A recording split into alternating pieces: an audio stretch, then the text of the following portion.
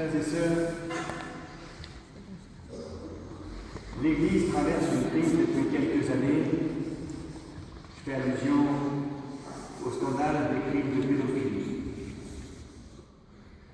On a l'impression que le pire a été dévoilé et pourtant ça ne semble jamais s'arrêter. Une situation fort triste. Voir dans le sillage de l'Église ces crimes, les victimes, la gestion effroyable, laisse mal à l'aise. Ce soir, souvenons-nous d'où est née l'Église. L'Église est née le jeudi saint en pleine crise. C'est Judas qui trahissait son maître. L'histoire de l'Église est jalonnée de crises, comme si les crises étaient la situation naturelle de l'Église. Le terme de crise évoque la souffrance qui nous éprouve, comme l'or au creuset, disait saint Pierre.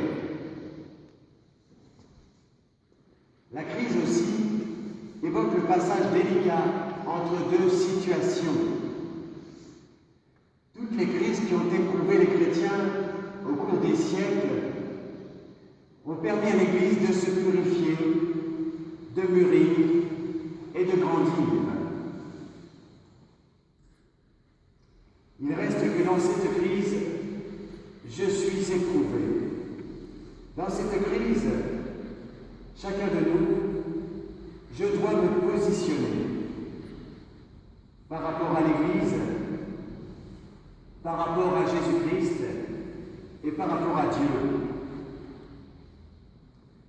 Que va devenir ma foi?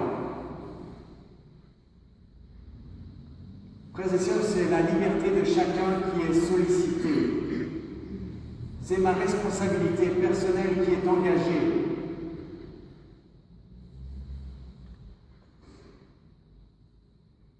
Comment Jésus a-t-il réagi face à la crise, l'abandon de tous ses amis? Il a donné sa vie. Il a donné la gravité de la crise, a suscité la folie de l'amour. Au scandale du crime de l'innocent livré, Jésus oppose le scandale d'un Dieu qui se donne. Et prenant ces apôtres qui l'abandonnent, qui tuent la fraternité, Jésus en fait des frères et fait naître l'Église. Je pense à cette image étonnante de la croix lumineuse de Notre-Dame de Paris, qui se tenait lumineuse au milieu des cendres. Si Jésus avait voulu, 1000 fois, il aurait pu abandonner, et son Église serait tombée en cendres. Mais il a choisi la gloire de la croix. Frères et sœurs, soyons fort attentifs au fond de notre cœur, de nos consciences, pour écouter Jésus, lui qui peut apaiser la tempête. Silence, tais-toi. Lui qui peut apaiser la tempête et nous montrer le chemin. Comment vais-je réagir face aux difficultés de la vie de toutes sortes, face aux scandales de toutes sortes, et surtout face à ma pauvreté? Là est ma plus grande épreuve. Je n'ai le choix qu'entre la cendre ou le don renouvelé de moi jusqu'à la croix.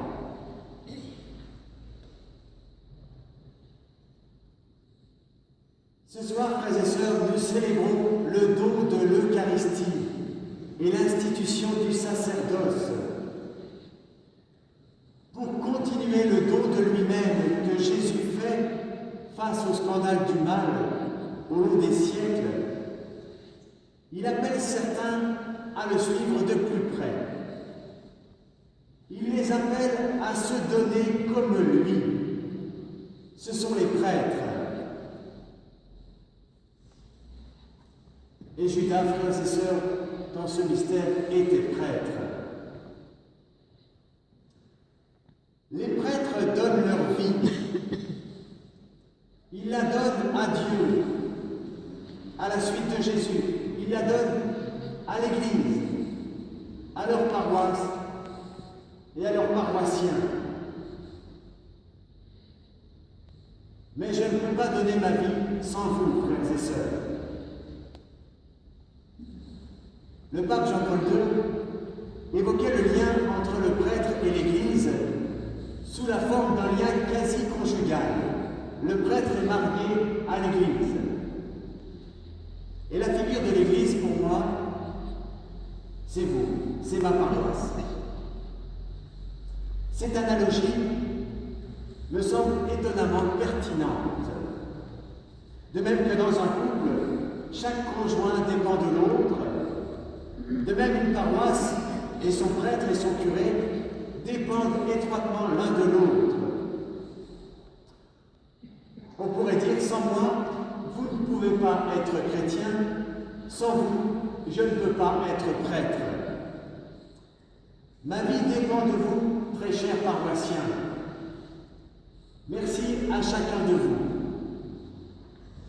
Et votre vie dépend du don que je fais de moi-même, de mon mieux, à travers le sacerdoce, malgré ma pauvreté.